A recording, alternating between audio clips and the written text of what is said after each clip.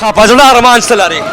په زړه خو مې یو دا ارمان دی چې زه ګرځېدلی وی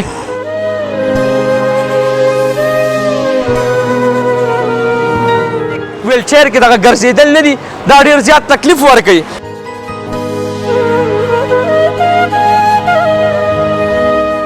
موږ نور څه وس نشته دواګانې ورته کوو بس دغه م وس دی.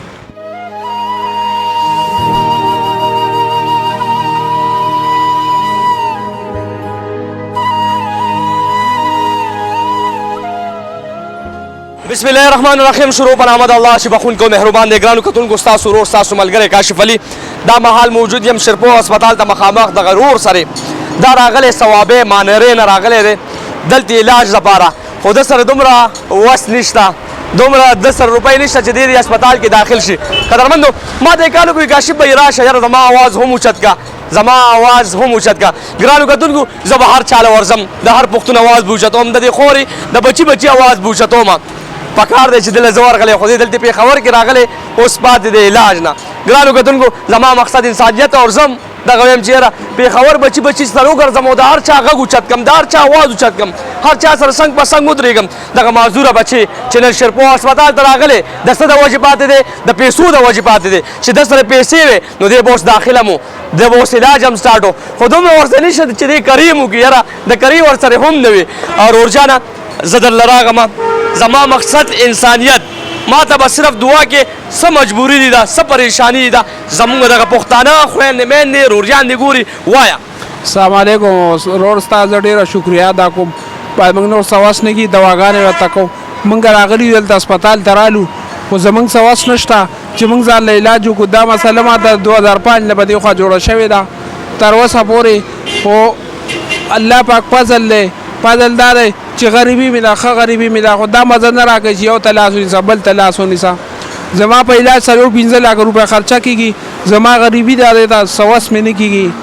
دلته پېښور د راغی شیرپور هسپتال کې وایې غستې که نه پیسې رسنیو بس په دې وجه بس زما علاج پاتې دی. پیسو د صحت کارت تحریک انصاف ماشاءالله دغه عمران خان کارت چې دی دغه کارت در سره نشته؟ کارت خو شته جي خو زما اپریشن نه دی که نه د هغې اپریشن علاج کوي او داسې دوایانو علاج ماله پکې وایي نشته ستا پکې. او جی ستا علاج پکې دلته نه کېږي؟ زما په کوم هسپتال کې ستا علاج کېږي؟ دا په شیرپور هسپتال کې. شیرپور هسپتال خو دا دی خو دلته اوس پیسو د وجې ته پاتې یې که څنګه دا راته وایه؟ پیسو د وجې پاتې یم. لږ موبایل نمبر ووایه.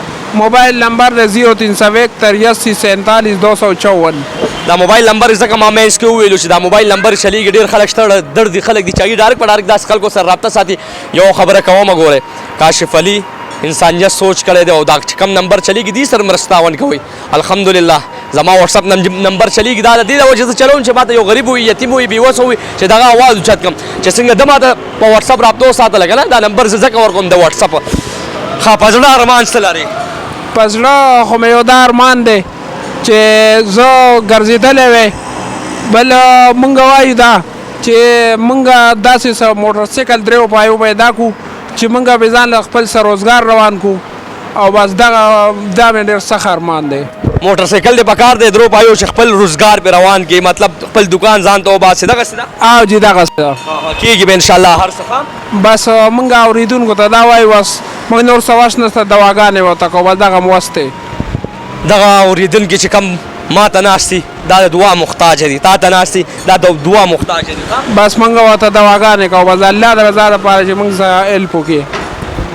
انشاءالله هیلپ به در سره کوي او زه کوشش کوم چې خپل دې هسپتال ته بوځم او داخل لیکم زما څومره وس مطابق کېږي چې زه سره خپله م ودرېږم.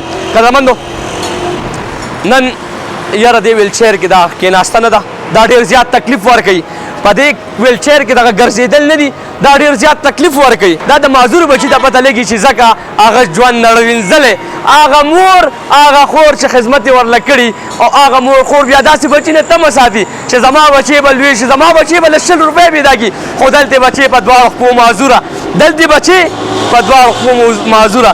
قدرمندو